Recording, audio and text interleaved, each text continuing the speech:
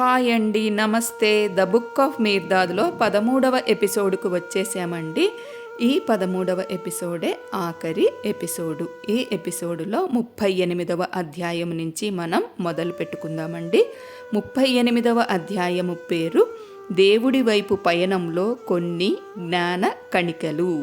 Mirdad అంటున్నాడు, Mirdad, ఈ రాత్రి ప్రశాంతతలో మీ దేవుడి వైపు పయనంలో మీర్దాద్ కొన్ని జ్ఞానకణికలను చల్లుతాడు. వివాదాలు మానండి. సత్యం అనేది ఒక సూక్తి, దానికి రుజువు అక్కరలేదు. వాదనతో సాక్ష్యంతో బలపరచబడినది. ఇప్పుడో అప్పుడో ఏ క్రొత్త వాదనతోనో ఏ క్రొత్త సాక్ష్యంతోనో కొట్టివేయబడుతుంది. ఒకటి నిరూపించడం అంటే దానికి విరుద్ధమైన దానిలో లోపాన్ని చూపించడం అన్నమాట. దానికి విరుద్ధంగా ఉన్నదానిని నిరూపించడం అంటే దానిలో లోపాన్ని చూపించడం అన్నమాట.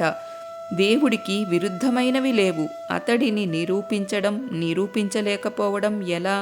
సత్యానికి నాళంగా ఉండటానికి నాలుక, బడిత, విషదంతం, గాలిపడగ, గారడీవాడు, పాకీవాడు కాకూడదు. మాట్లాడలేని వారికి ఉపశమనం కలిగించడానికి మాట్లాడండి. మీకు ఉపశమనం కలగటానికి మౌనంగా ఉండండి. సువిశాల చరాచర విశ్వం అనే సముద్రాలను దాటటానికి మాటలు ఓడలు. అవి చాలా ఓడరేవులను తాకుతాయి. వాటిని వేటితో నింపాలి అన్న విషయంలో జాగ్రత్త వహించండి. వాటి గమనం అయిన తరువాత ఆ సరుకుని మీ గుమ్మం దగ్గరే దించుతాయి. ఇంటికి చీపురు ఎలాగో హృదయానికి శోధన అలాంటిది. మీ హృదయాలను బాగుపరచండి, శుభ్రపరచండి, శోధించండి. బాగా శుభ్రపరచబడిన హృదయం చొరబడటానికి వీలుకాని కోట. మనుష్యులు, వస్తువులు మీకు ఎలా ఆహారంగా ఉపయోగపడతారో మీరు విషపూరితం కాకూడదనుకుంటే ఇతరులకు మీరు ఆరోగ్యకరమైన ఆహారం అవ్వండి. వేయబోయే అడుగుల విషయంలో సందేహంగా ఉంటే కాసేపు కదలకుండా నిలబడండి. మీరు వేటినైతే అయిష్టపడతారో అవి మిమ్మల్ని అయిష్టపడతాయి. అన్నింటినీ ఇష్టపడండి. ఇష్టపడి వాటి మానాన వాటిని ఉండనీయండి. ఆ విధంగా మీ మార్గాల నుంచి ఆటంకాలను తొలగించుకున్నవారు అవుతారు. భరించలేని ఏహ్యస్థితి ఏమిటంటే దేనినైనా మీరు ఏహ్యమైనది అని భావించడమే. అన్నీ కలిగి ఉండటమో ఏమీ లేకుండా ఉండటమో ఏదో ఒకటి ఎంచుకోండి. మధ్యస్థితి లేదు. ప్రతి ఇబ్బంది, ప్రతి సంకటము ఒకానొక హెచ్చరిక. ఆ హెచ్చరికని బాగా అర్థం చేసుకోండి.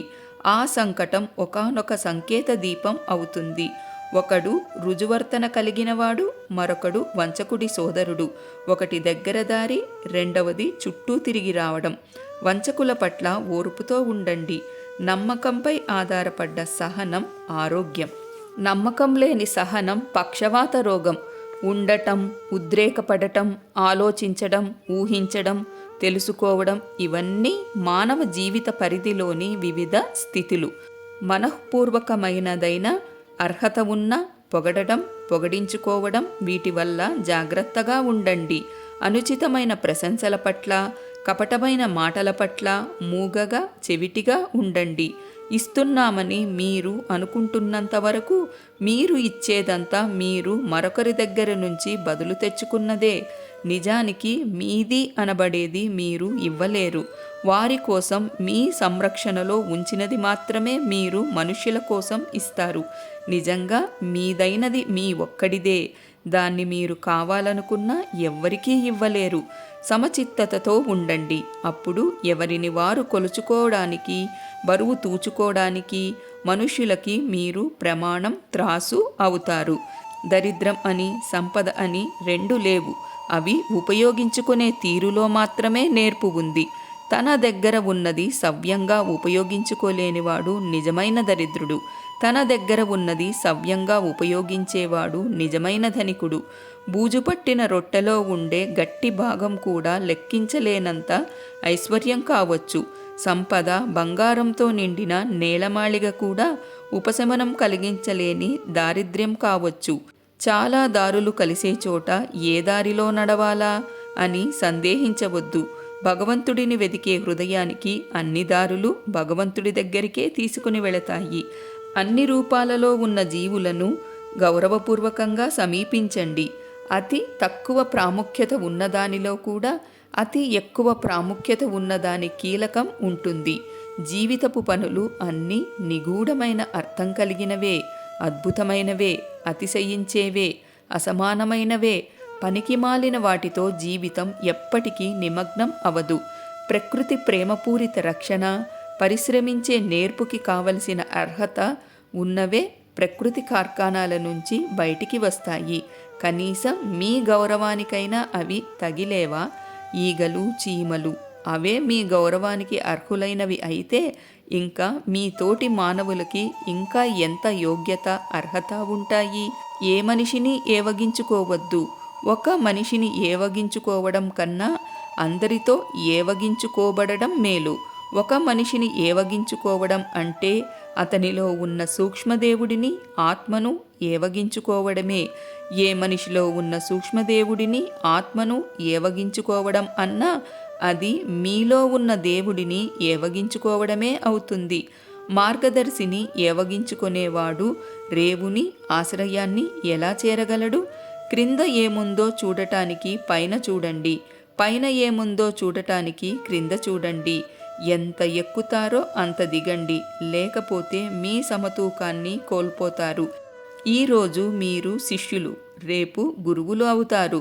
మంచి గురువులు కావాలంటే మంచి శిష్యులుగా ఉండాలి. ప్రపంచంలోని చెడుని నిర్మూలించటానికి ప్రయత్నించవద్దు. కలుపు మొక్కలు కూడా మంచి ఎరువు అవుతాయి. దుర్వినియోగమైన ఉత్సాహం అయినా ఓ మూఢభక్తుడిని చంపుతుంది.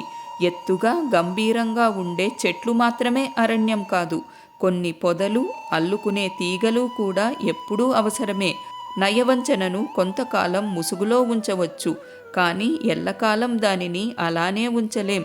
అలా అని దానిని సమగ్రమైన పరిశీలనతో సత్యాన్ని తెలుసుకొని సమూలంగానూ పెకిలించి వేయలేం. చీకటి దుష్టమైన ఆదేశాలు చీకటిలోనే పుట్టి వర్ధిల్లుతాయి. వాటి సంతతిని తగ్గించాలనుకుంటే వాటి వెలుతురిని అడ్డు లేకుండా ఉపయోగించుకోనివ్వండి. 1000 మంది మోసగాళ్లలో ఒక్కడినైనా నిజాయితీపరునిగా చేయగలిగితే అదే మహా గొప్ప విజయం. చాలా ఎత్తున ఒక సంకేత దీపాన్ని అమర్చండి. ఆ దీపాన్ని చూడమని ఎవ్వరినీ పిలవకండి. వెలుతురు, జ్ఞానం కావాలనుకునే వారికి ఆహ్వానం అక్కరలేదు. అవివేకికి బుద్ధిహీనత సహజం. అలాగే సగం జ్ఞానం ఉన్నవారికి పూర్ణ జ్ఞానం అన్నది బరువు. కొంతవరకు జ్ఞానం ఉన్నవారికి బరువు దించుకోవడంలో సహాయపడండి. అవివేకిని వదిలివెయ్యండి. ఒకానొక సగం తెలిసినవాడు ఒకానొక అవివేకికి విషయాన్ని మీకన్నా ఇంకా చక్కగా బోధించగలడు.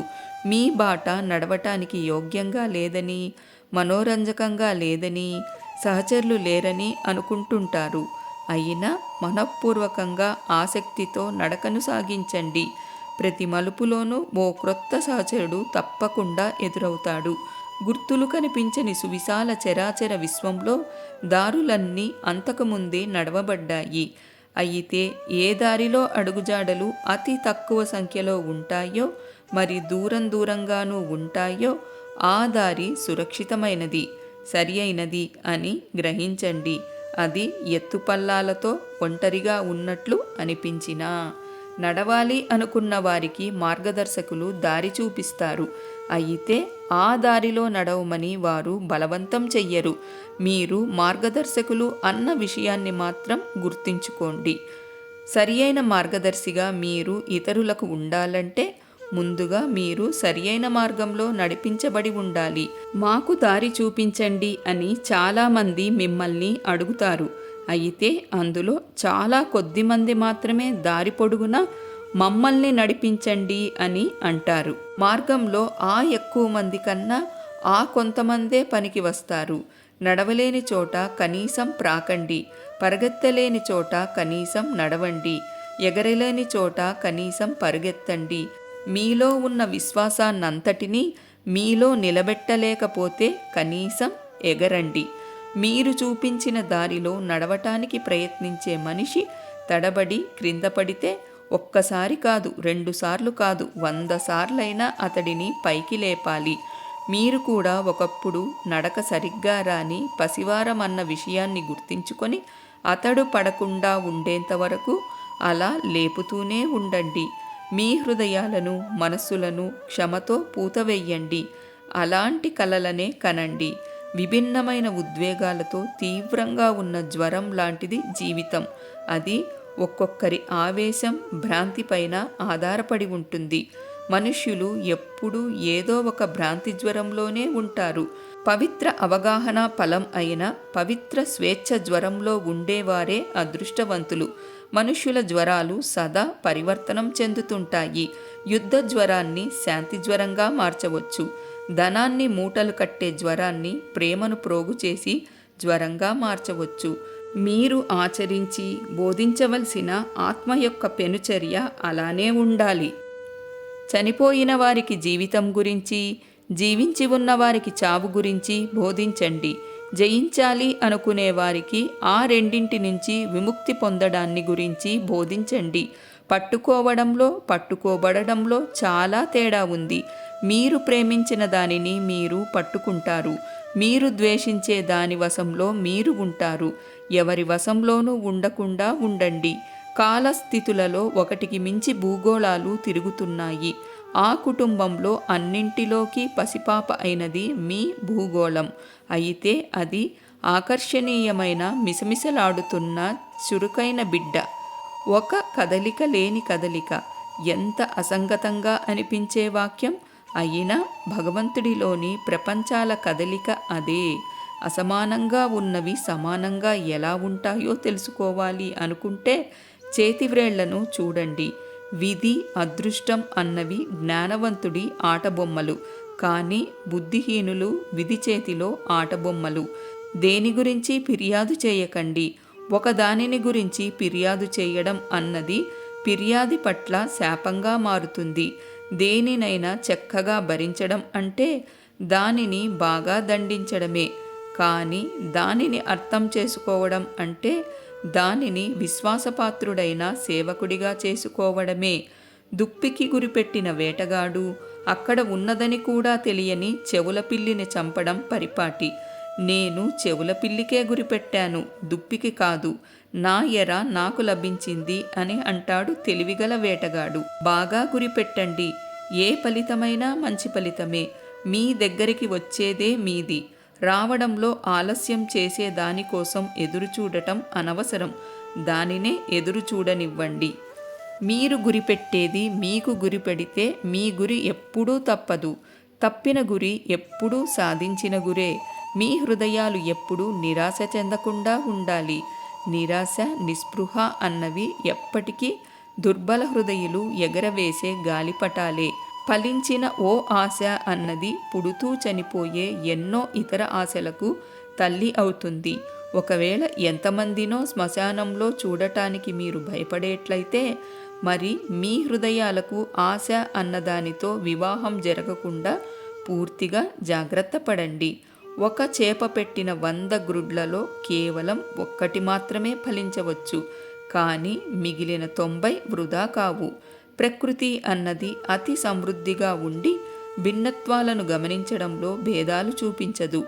అలాగే మీరు కూడా సమృద్ధిగా ఉండి మనుష్యుల హృదయాలలో, వారి మనస్సులలో మీ హృదయాలను, మీ మనస్సులను విత్తడంలో భేదాలు చూపించవద్దు. సృష్టి పథాన్ని, సంపూర్ణ సమతూకాన్ని గుర్తుంచుకోండి. పవిత్ర అవగాహనతో మీరు సమతూకాన్ని సాధించినప్పుడు మీరు విజేతలవుతారు. భగవంతుడితో కలిసి పనిచేస్తారు. ఈ రాత్రి ప్రశాంతతను, నిశ్శబ్దతను మీలో ప్రతిస్పందించనీయండి.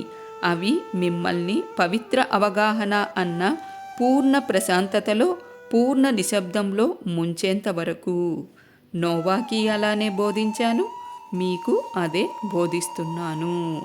ఇక్కడితో 38వ అధ్యాయం పూర్తయిపోయిందండి. ఇక 39వ అధ్యాయంలోకి వెళ్ళిపోదాం. 39వ అధ్యాయము పేరు day of the ark. Arc యొక్క క్రతువులు, సజీవ దీపం గురించి బెథార్ రాజు సందేశం. నరోండా అంటున్నాడు. నరోండా, బెథార్ నుంచి మాస్టర్ తిరిగి వచ్చినప్పటి నుంచి షమాదం ముఖం ముడుచుకొని అంటీ ముట్టనట్లున్నాడు. కానీ డే ఆఫ్ ది ఆర్క్ దగ్గరకు వచ్చే కొద్దీ ధైర్య సాహసాలు ఉత్సాహము పుంజుకొని చాలా ముఖ్యమైన ఏర్పాట్ల దగ్గర నుంచి అల్పమైన విషయాల వరకు వ్యక్తిగత అధికారాన్ని వినియోగించి అన్నీ జరిగేలా చూశాడు. డే ఆఫ్ ది వైన్ లాగానే డే ఆఫ్ ది ఆర్క్ కూడా 1 రోజు నుంచి వారం రోజులకి పొడిగించబడింది. ఆ వారం ఉత్సాహంగా ఉత్సవంలోని వేడుకలు జరుపుకుంటారు. అక్కడ రకరకాల వస్తువుల గృహోపకరణాల వ్యాపారం చురుకుగా జరుగుతుంది. ఆ రోజు జరిపే క్రతువులన్నింటిలోకి ముఖ్యమైనది బలి ఇవ్వడానికి 1 దున్నపోతుని నరకడం, యజ్ఞ సంబంధమైన అగ్నిని వెలిగించడం, దానిని దైవపీఠం మీద పాత దీపం స్థానంలో పెట్టడం. ఇవన్నీ సీనియర్ పెద్ద చాలా వేడుకగా చేస్తాడు. ప్రజలంతా సాయం చేస్తారు. క్రొత్త దీపం నుంచి ఒక్కొక్కరు ఒక్కొక్క కొవ్వొత్తిని వెలిగిస్తారు. తరువాత వాటన్నింటినీ ఆర్పివేసి వాటిని దుష్ట ఆత్మల నుంచి కాపాడటానికి రక్షరేకుగా భావించి జాగ్రత్తగా దాచుకుంటారు. వేడుకల చివర సీనియర్ ఒక ఉపన్యాసం ఇవ్వడం ఆచారం. డే ఆఫ్ ది వైన్కి వచ్చేవారిలాగానే డే ఆఫ్ ది ఆర్క్కి వచ్చే యాత్రికులు ఏదో ఒక బహుమతి ఏదో ఒక రూపంలో విరాళంగా తెస్తారు. ఎక్కువ మంది దున్నలను, మేకలను, గొర్రెపోతులను తెస్తారు. బలి ఇవ్వబడే దున్నపోతుతో పాటు అవి కూడా ఆడంబరంగా ఆహుతి బలి ఇవ్వాలని. నిజానికి వాటిని అప్పుడు వధించరు, కానీ ఆర్కులోని జంతువులలో కలుపుతారు. సాధారణంగా ఆ క్రొత్త దీపాన్ని ఏ ఒక యువరాజో ఏ మంచు పర్వతాలలోని ప్రముఖుడో బహుమతిగా ఇస్తాడు. బహుమతి ఇవ్వడాన్ని ఓ గొప్ప గౌరవంగా అదృష్టంగా భావిస్తారు. దానికి పోటీ పడేవారు ఎక్కువగా ఉండటంతో ముందు సంవత్సరపు వేడుకలు ముగిసే సమయంలోనే లాటరీ తీసి ఆ అదృష్టం కోసం ముందుకు వచ్చిన వారిలో ఒకరిని ఎన్నిక చేయడం ఆచారం. తాను సమర్పించే దీపం అంతవరకు ఇవ్వబడిన దీపాలన్నింటికన్నా ఖరీదైనదిగా, పనితనంలో మిన్నగా ఉండాలని యువరాజులు, ప్రముఖులు ఎంతో భక్తితో అంకుటిత ఉత్సాహంతో పోటీ పడతారు. లాటరీ ప్రకారం ఆ సంవత్సరం దీపాన్ని బహుమతిగా ఇచ్చే అవకాశం బెథార్ యువరాజుకి వచ్చింది. ఆ యువరాజు ఎంత ధనికుడో, ఆర్క్ పట్ల అతడికి ఎంత ఆసక్తి ఉత్సాహం ఉన్నాయో తెలిసిన జనం ఆ క్రొత్త దీపం కోసం ఎంతో ఉత్సుకతతో ఎదురుచూశారు.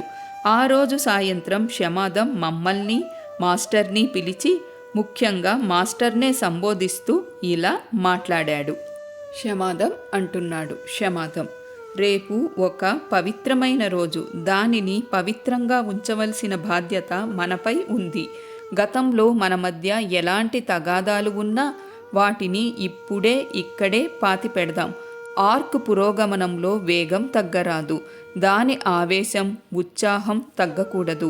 ఆర్క్ ఆగిపోవడం అన్నది జరగకుండా భగవంతుడు చూడుగాక. నేను ఈ ఆర్క్కి సీనియర్ని. ఆజ్ఞాపించడం అన్నది దుస్సహమైన అది నా కర్తవ్యం. ఆర్క్ యొక్క పురోగమనం చూడటం నా ధర్మం. ఆ ధర్మం, అధికారం, బాధ్యతలు అన్నవి అనుక్రమంలో నాకు సంక్రమించాయి. నేను చనిపోయినప్పుడు అవి మీలో ఒకరికి సంక్రమిస్తాయి. నా అవకాశం కోసం నేను ఎదురుచూసినట్లే మీ అవకాశం కోసం మీరు ఎదురుచూడండి. మీర్దాద్ పట్ల నేను తప్పుగా ప్రవర్తించి ఉంటే అతడు నా తప్పుని క్షమించాలి. మీర్దాద్ అంటున్నాడు. మీర్దాద్కి నువ్వు ద్రోహం చెయ్యలేదు. నీకు నువ్వే ఘోరమైన ద్రోహం చేసుకున్నావు. షమాదం అంటున్నాడు. షమాదంకి ద్రోహం చేసుకునే స్వతంత్రం షమాదంకు కూడా లేదా? మీర్దాద్ అంటున్నాడు. తప్పు చేయడానికి స్వతంత్రమా?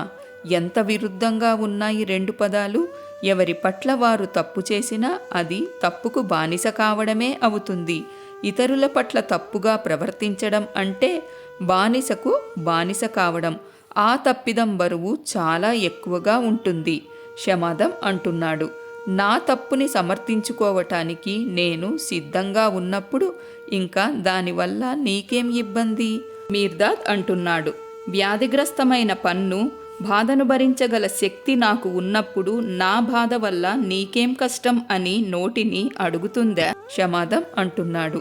నన్ను నన్నుగా ఉండనివ్వు. బరువుగా ఉన్న నీ చేతిని నా నుంచి తప్పించు. నీ తెలివిగల మాటలతో నన్ను కొట్టకు. ఇన్ని రోజులు ఇక్కడ ఎలా కష్టపడ్డానో మిగిలిన రోజుల్లో కూడా నన్ను అలాగే ఉండనివ్వు. వేరే చోటికి వెళ్ళి అక్కడ నీ ఆర్కుని నిర్మించుకో. ఈ ఆర్కుని వదిలెయ్యి. నీకు నాకు, నీ ఆర్కుకి నా ఆర్కుకి ఆమడ దూరం. ఈ ప్రపంచం చాలా సువిశాలమైనది. రేపటి రోజు నా రోజు. నా రోజున నువ్వు ప్రక్కకు తప్పుకో.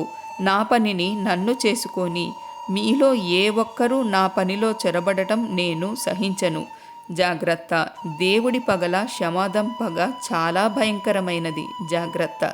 నరోండా అంటున్నాడు. సీనియర్ గదిలో నుంచి బయటికి రాగానే మాస్టర్ తల పంకించి ఇలా అన్నాడు. మీర్దాద్ అంటున్నాడు. శమాదం హృదయం ఇంకా శమాదం హృదయమే. అతడిలో మార్పు రాలేదు. నరోండా అంటున్నాడు. శమాదంకి ఆనందం కలిగేలా ఆ రోజు ఉదయం వేడుకలన్నీ ఎలాంటి ఇబ్బంది లేకుండా జరిగాయి. క్రొత్త దీపం తెచ్చి వెలిగించవలసిన సమయం వచ్చింది. తెల్లటి దుస్తులు ధరించి పొడవుగా టీవీగా ఉన్న ఒక వ్యక్తి మోచేతులతో గుంపులను నెట్టుకుంటూ అతి కష్టంగా దారి చేసుకొని దైవపీఠం వైపు వెళ్ళాడు. బెతార్ యువరాజు పంపిన వ్యక్తి అతడు అని, క్రొత్త దీపం తెస్తున్నాడు అని ఒకరికొకరు చెప్పుకున్నారు. ఆ వెలలేని విలువైన వస్తువు కోసం ఎంతో ఆతృతతో ఎదురుచూశారు అంతా. కొత్త సంవత్సరానికి వెలలేని బహుమతి తెచ్చిన వ్యక్తి అతడు అని అందరిలాగా అనుకున్న శమాదం గౌరవ సూచకంగా వంగి నమస్కరించాడు. ఆ వ్యక్తి శమాదంకి చిన్నగా ఏదో చెప్పాడు.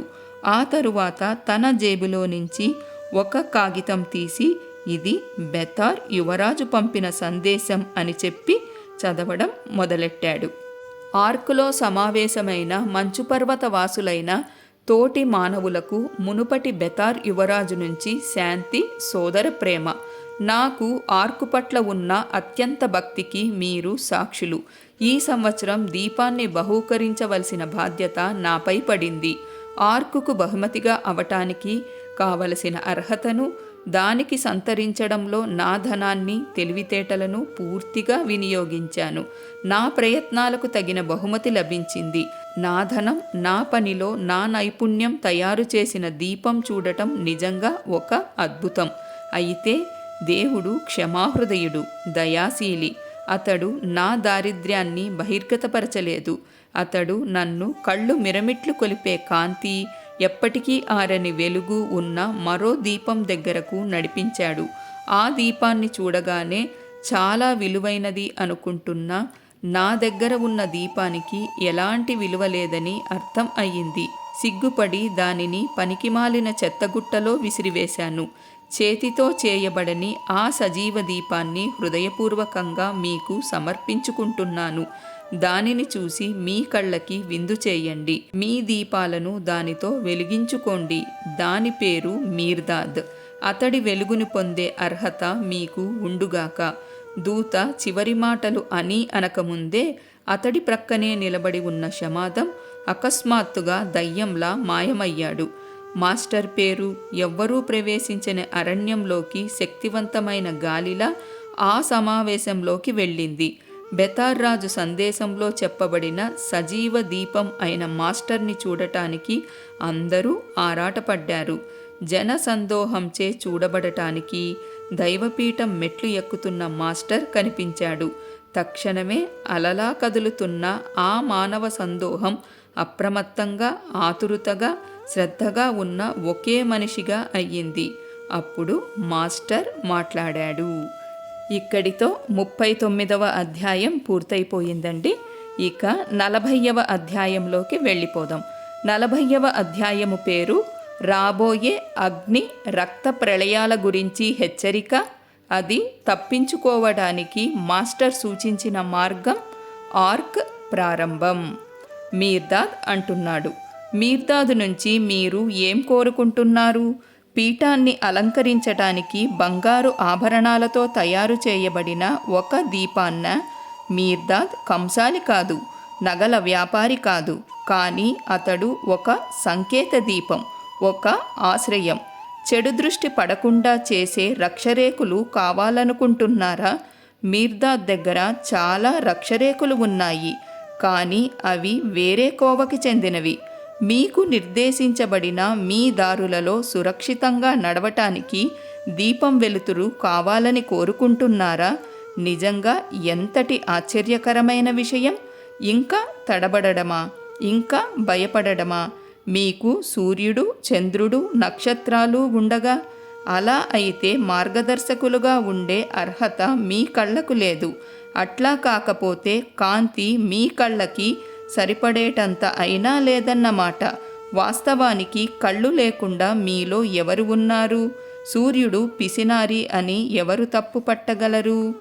పాదాన్ని దారిలో తడపడకుండా పడకుండా ఆపి ఉంచి నిష్ప్రయోజనంగా దారి కోసం వెతుకుతూ పడుతూ లేస్తూ రక్తసిక్తమైన హృదయాన్ని అలానే వదిలివేస్తే ఆ కన్ను మాత్రం ఏం ఉపయోగకరం? ఆత్మని శూన్యంలో అజ్ఞానంలో ఉంచితే కంటి నిండుగా ఉండే వెలుతురు వల్ల ఉపయోగం ఏమిటి? మీర్దాదు నుంచి మీరు ఏం కోరుకుంటున్నారు? చూడగలిగే హృదయాలు, జ్ఞానంతో వెలుగు నిండిన ఆత్మల కోసం ఒకవేళ మీరు కోరుకొని ఆరాటపడితే నిజంగా మీ ఆరాటం వృధా కాజాలదు. మనిషి ఆత్మహృదయాలతోనే నా పని. ఇంత గొప్ప విజయాన్ని సాధించిన ఈ రోజుకి అర్పించటానికి ఏం తెచ్చారు? పొటేళ్ళు, మేకపోతులు, ఎద్దులు తెచ్చారా? విముక్తికి మీరు ఎంత తక్కువ మూల్యం కనిపెట్టారు? మీరు కొనే విముక్తి ఎంత చౌక? ఒక మేకని జయించడం మనిషికి విఖ్యాతి కాదు.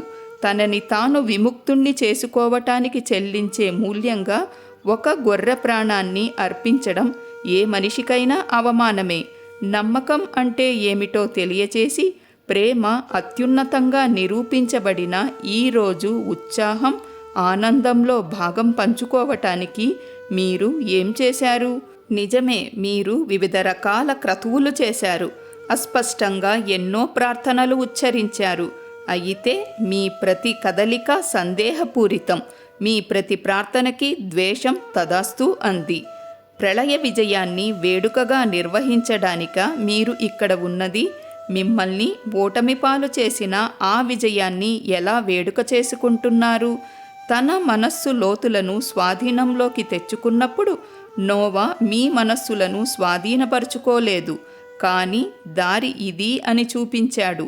క్రోధావేశంతో నిండి ఉన్న మీ మనస్సులు మీ ఓడలను మిమ్మల్ని ముంచుతామని బెదిరిస్తున్నాయి. మీ ప్రళయాన్ని మీరు జయించే వరకు ఈ రోజుకి మీరు అర్హులు కారు. మీలో ప్రతి ఒక్కరూ ఒక ప్రళయం, ఒక ఓడ, ఒక అధికారి. తాజాగా కడగబడి నిష్కళంకంగా ఉన్న భూమిని చేరుకొని మీ ఓడని లంఘరించే రోజు వచ్చే వరకు ఈ విజయాన్ని పండుగగా చేసుకోవటానికి త్వరపడకండి. మానవుడు తనకు తానే ప్రళయంగా ఎలా అయ్యాడో మీరు తెలుసుకుంటారు. ఆదాము తనను తాను తెలుసుకొని భగవంతుడితో తన ఏకత్వాన్ని గుర్తించడం కోసం పవిత్ర సమర్థ సంకల్పం అన్నది అతడిని రెండుగా విభజించింది. అతడు ఒక మొగ, ఒక ఆడ.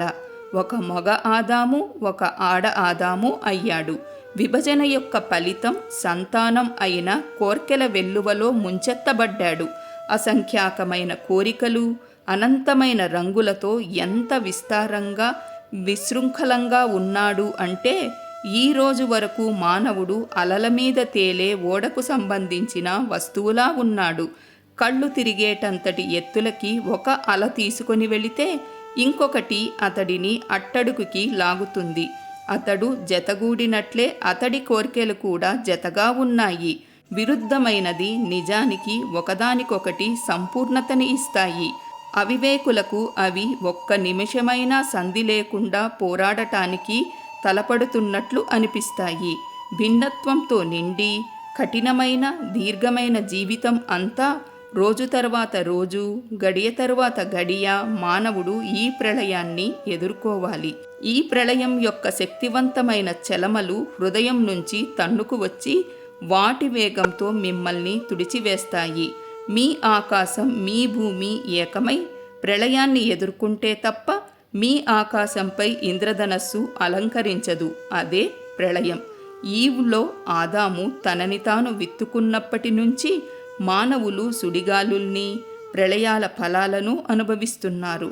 ఒక రకమైన ఉద్రేకాల ప్రాబల్యం ఎక్కువ అయినప్పుడు మానవుల జీవితం సమతూకం కోల్పోతుంది. సమతూక స్థాపన కోసం ఏదో ఒక రకమైన ప్రళయంతో మానవులు ముంచెత్తబడతారు. ప్రేమ అనే పిండి పిసికే కొయ్యతొట్టిలో మానవులు వారి కోర్కెలన్నింటినీ కలిపి పిసికే పవిత్ర అవగాహన అనే రొట్టెను కాల్చే వరకు మరి సమతూకం సర్దుబాటు కాజాలదు.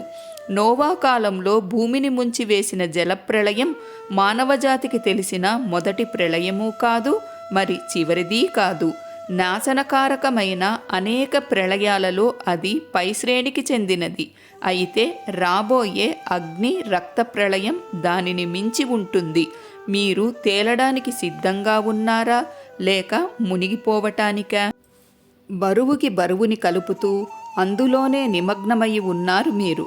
బాధతో సంపూర్ణమైన నిండిన సుఖాల మత్తుమందుని మీ రక్తానికి అందించడంలో మిమ్మల్ని ఎక్కడికి నడిపించలేని, ఎక్కడికి తీసుకొని వెళ్ళలేని దారులని గీయడంలో, తాళం చెవి రంధ్రంలో నుంచి లోపలికి తొంగి చూడకుండా జీవితపు గిడ్డంగుల పెరడులో గింజలు ఏరుకోవడంలో నిమగ్నమై ఉన్నారు మీరు. ఓ నా అనాథల్లారా, లోపలికి క్రిందికి ఎందుకు వెళ్ళడం లేదు మీరు? ఎత్తుగా ఎగరటానికి, అవధులు లేని సువిశాల చరాచర విశ్వం అయిన స్థలంలో తిరగటానికి, విశ్వాన్ని మీ రెక్కలతో చుట్టుముట్టటానికి పుట్టిన మీరు, మీ రెక్కలను కత్తిరించే హాయినిచ్చే ఒడంబడికల నమ్మకాల గిడ్డంగులలో మిమ్మల్ని మీరు మూసిపెట్టుకొని మీ దృష్టికి హాని కలిగించుకొని మీ నరాలను రాళ్లుగా చేసుకుంటున్నారు. రాబోయే ప్రళయాన్ని ఎలా దాటుతారు మీరు? భగవంతుడి పోలికలతో అతడి ప్రతిబింబాలుగా ఉన్న మీరు పోలికలని, రూపుని చాలా మటుకే పోగొట్టుకున్నారు. శరీరపరంగా దేవుడిలా పొడవుగా ఉన్న మీరు మిమ్మల్ని మీరు గుర్తుపట్టలేనంత పొట్టిగా ఆత్మపరంగా అయ్యారు. దైవత్వంతో ఉన్న మీ ముఖానికి బురద పులుముకొని హాస్యగాళ్లు కృత్రిమ ముఖాలను మారుముఖాలుగా ధరించారు. మీరకట్లు విప్పిన వరదని ఎలా ఎదుర్కొంటారు? మీర్దాద్ చెప్పినది లక్ష్య పెడితే తప్ప మీకు భూమి ఒక సమాధి, ఆకాశం ప్రేతవస్త్రం తప్ప వేరేమీ కావు. మీ అవగాహన అందరిపైన తిరుగుతూ ఉంటుంది. ఒకటి మీకు ఊయల అయితే మరొకటి సింహాసనంగా పనికి వస్తుంది. మీకు మళ్ళీ చెబుతున్నాను, మీరే ప్రళయం, మీరే ఓడ, మీరే అధికారి. మీ ఉద్వేగాలే ప్రళయం, మీ శరీరమే నావ, మీ నమ్మకమే అధికారి. మీ సంకల్పం అన్నింటిలోకి చొచ్చుకొని పోతుంది. మీ అవగాహన అందరిపైన తిరుగుతూ ఉంటుంది. సముద్రంలోకి తీసుకొని పోవటానికి మీ నావ దృఢంగా బలిష్టంగా ఉండేలా చూసుకోండి. అయితే ఆ ఒక్కదానిపైనే మీ జీవితం వృధా చేసుకోవద్దు. లేకపోతే ఓడ పయనించే సమయం ఎప్పటికీ రాదు. చివరికి మీరు మీ పడవ మునిగిపోయి అక్కడే మునిగిపోతాయి. అన్నింటికన్నా ముందు ప్రళయాల మూలస్థానాలు ఎక్కడో తెలుసుకొని వాటిని ఒకదాని తరువాత ఒకదాన్ని ఎండేలా చేయాలి. అప్పుడు ప్రళయం తగ్గి చివరికి పూర్తిగా పోతుంది. మీ ఉద్రేకం మిమ్మల్ని దహించటానికి ముందే మీరే దానిని దహించండి. విషదంతాలు, తేనెదవడలు ఉన్నాయా అని చూడటానికి ఉద్రేక ముఖం నోటిలోకి చూడకండి. పువ్వులలో మకరందాన్ని గ్రోలే తేనెటీగ వాటి విషాన్ని కూడా గ్రోలుతుంది. ఉద్రేకం అందంగా ఉందా, వికారంగా ఉందా అని పరిశీలించకండి. ఈవుకి భగవంతుడి ముఖం కంటే సర్పం ముఖం అందంగా కనిపించింది. ఉద్రేకం యొక్క బరువు తూచటానికి తక్కెడలో పెట్టకండి. కిరీటం బరువుని పర్వతం బరువుతో ఎవరు పోలుస్తారు? వాస్తవానికి పర్వతం కన్నా కిరీటం చాలా ఎక్కువ బరువుగా ఉంటుంది. కొన్ని ఉద్రేకాలు పగలు దైవ సంకీర్తనలు చేస్తాయి, రాత్రి ముసుగులో బుసకొడతాయి, కొరుకుతాయి, కుడతాయి. ఆనందంతో లావెక్కి బరువు ఎక్కువ అయిన ఉద్రేకాలు త్వరలోనే దిగుళ్ల బాధల అస్థిపంజరాలుగా మారుతాయి. మెత్తటి చూపుతో విధేయతతో కూడిన ప్రవర్తనతో ఉన్న ఉద్రేకాలు అకస్మాత్తుగా తోడేళ్ల కన్నా భయంకరమైన ఆకలితో, శివంగుల కన్నా విశ్వాసఘాతుకంగా తయారవుతాయి. ఒంటరిగా వదిలినప్పుడు గులాబీ కన్నా పరిమళాన్ని గుబాలించే ఉద్రేకాలు అంటుకున్నప్పుడు, త్రుంచినప్పుడు కుళ్ళిన మృతదేహాల కన్నా భయంకరమైన దుర్వాసనలను వెదజల్లుతాయి. మీ ఉద్రేకాలను మంచివి చెడువి అని రెండుగా వేరు చేయకండి. అది వృధాశ్రమ. చెడు లేకుండా మంచి మనలేదు. మంచిలో తప్ప వేరెక్కడా చెడు నాటుకోలేదు. మంచి చెడుల వృక్షం ఒక్కటే, దాని పండు ఫలము ఒక్కటే. చెడు రుచి తెలుసుకోకుండా మీరు మంచి రుచిని తెలుసుకోలేరు. ఏ చెన్ను నుంచి మీరు జీవితపు పాలు త్రాగారో, జీవితపు సిద్ధాంతాల్ని స్వీకరించారో అదే చెన్ను మృత్యువు పాలు సిద్ధాంతాన్ని ఇస్తుంది. ఊయల ఊపే చెయ్యే సమాధిని త్రవ్వే చెయ్యి. భిన్నత్వపు స్వభావం అది మొండిగా, నిరర్ధకంగా. దానిని మార్చడానికి ప్రయత్నించకండి. దానిని రెండుగా చీల్చి మీకు కావలసిన సగాన్ని మీరు తీసుకొని మిగిలిన సగభాగాన్ని విసిరివేద్దామన్న తెలివి తక్కువ ప్రయత్నం చేయకండి. భిన్నత్వానికి యజమాని కావాలనుకుంటున్నారా? దానిని మంచి అని కానీ చెడు అని కానీ అనకండి. ఇదమిద్దంగా నిర్ధారించకండి. చావు జీవితాల పాలు సిద్ధాంతం మీ నోళ్లలో పుల్లగా మారలేదా? మంచిది చెడుది కాకుండా వాటిని మించిన దానితో మీ నోళ్లను పుక్కిలించుకోవలసిన సమయం ఇది కాదా?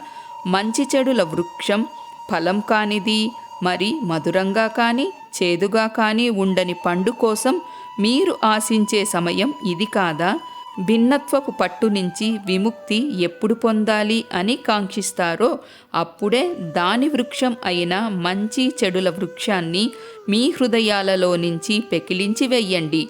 కొమ్మలు వేర్లు పెకిలించి వేస్తే దివ్యమైన జీవితం యొక్క విత్తనం, మంచి చెడులకు అతీతంగా ఉండే పవిత్ర అవగాహన విత్తనం అంకురించి మొలకెత్తవచ్చు. మీర్దాద్ సందేశం ఉత్సాహరహితం, అది ఆనందదాయకం కాదు అంటారు. మీరు మర్నాడు ఎదురుచూసే ఆనందాన్ని లేకుండా చేస్తుంది అది. జీవితంలో ఉత్సాహంతో పోటీపడి మిమ్మల్ని ఆసక్తి లేని మూగసాక్షులుగా చేస్తుంది. వివాదగ్రస్తమైన ఆ పందెం ఏదైనా పోటీపడటం అన్నది మధురంగా ఆనందంగా ఉంటుంది. ఎర అన్నది ఎంతటి ఊరు పేరు లేనిదైనా, ఎంతటి పనికిమాలినదైనా వేటాడడం అన్నది సాహసపూరితమైన ఆనందదాయకమైన చర్య. మంచి చెడు ఉద్రేకాల పట్టులో ఉన్న మీ హృదయాలు మీవి కావన్న విషయం మరిచిపోయి అలా మీ హృదయాలలో అనుకుంటారు. మీ హృదయాలకు మీరు యజమానులు కావాలంటే మీ ఉద్రేకాలన్నీ మంచివి చెడువి ప్రేమ అనే తొట్టెలో పిసికి ముద్దగా చేసి పవిత్ర అవగాహన అనే పొయ్యిలో ఎక్కడ భిన్నత్వంగా అవుతుందో అందులో రొట్టెలుగా కాల్చండి. ఎన్నో కలతలతో ఉన్న ప్రపంచాన్ని మరింతగా కలతపెట్టడం ఆపండి. రకరకాల చెత్తా చెదారం మురికి నిరంతరం బావిలో వేస్తూ ఆ బావి నుంచి పరిశుభ్రమైన నీరు తోడుకోవాలని మీరు ఎలా ఆశిస్తారు?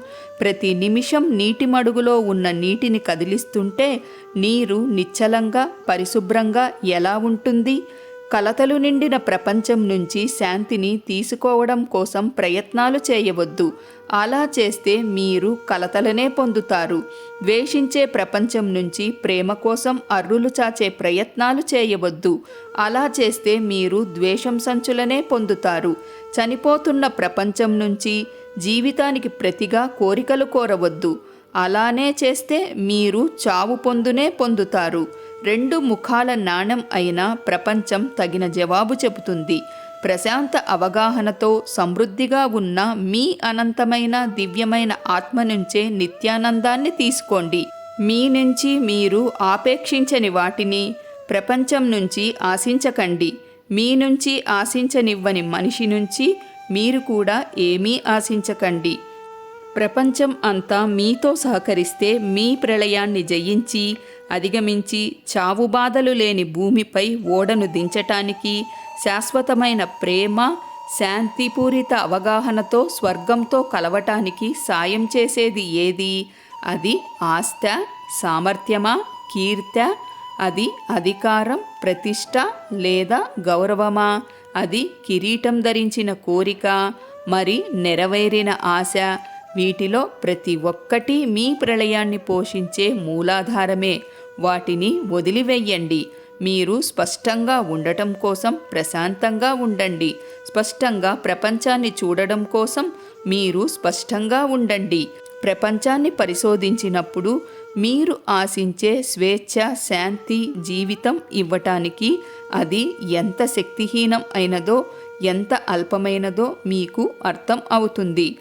ప్రపంచం మీకు ఇవ్వగలిగింది ఒక్క శరీరాన్ని మాత్రమే. భిన్నత్వంతో నిండిన జీవితమనే సముద్రం మీద పయనించటానికి అది ఒక ఓడ. దానికి మీరు ప్రపంచంలో ఎవ్వరికీ రుణపడి లేరు.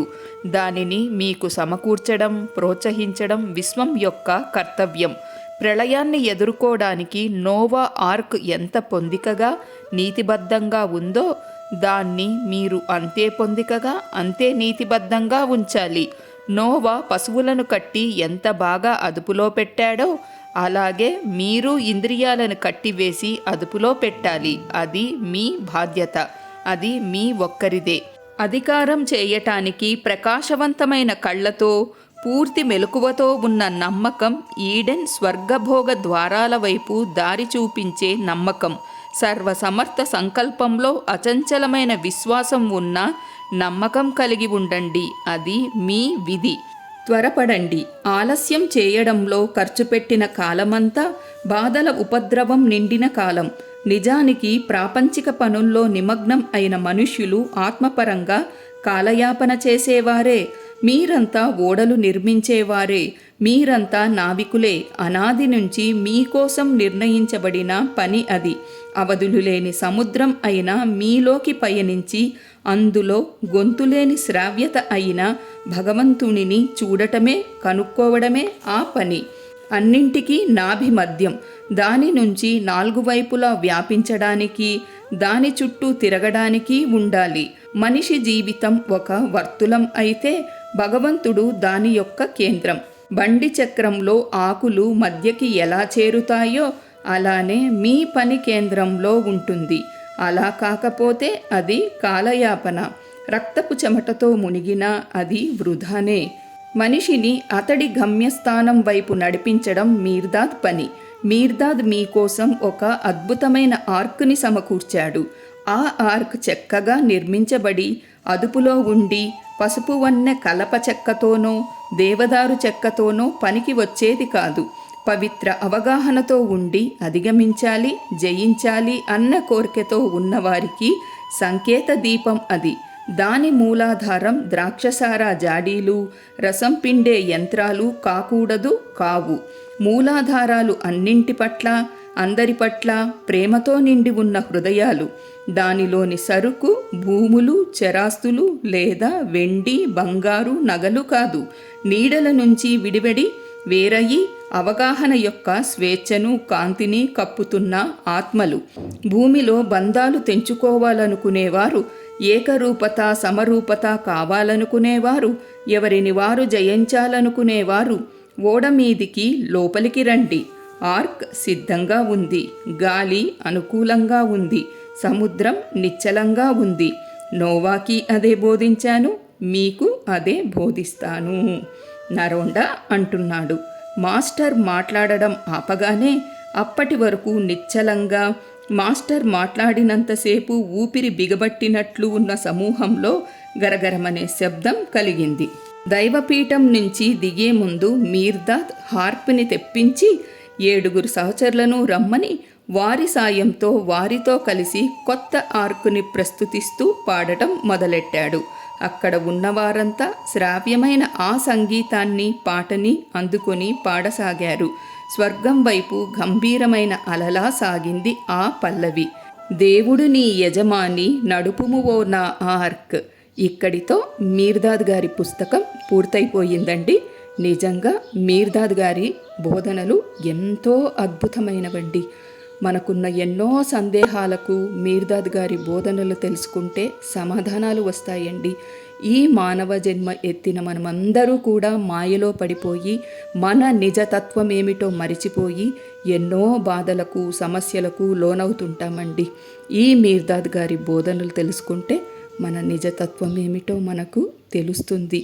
నిజంగా ఈ మీర్దాద్ గారి బోధనలంతా కూడా ఒక కథ రూపంలాగా ఇచ్చారు, కానీ అవన్నీ కూడా ప్రతి ఒక్కరికి చెందుతాయండి. ఈ పుస్తకం చదవడంలో నేను ఏదైనా తప్పులు దొర్లి ఉంటే నన్ను మన్నించండి. మరికొద్ది రోజుల్లో మరొక మంచి పుస్తకాన్ని మీకు షేర్ చేస్తానండి. Thank you.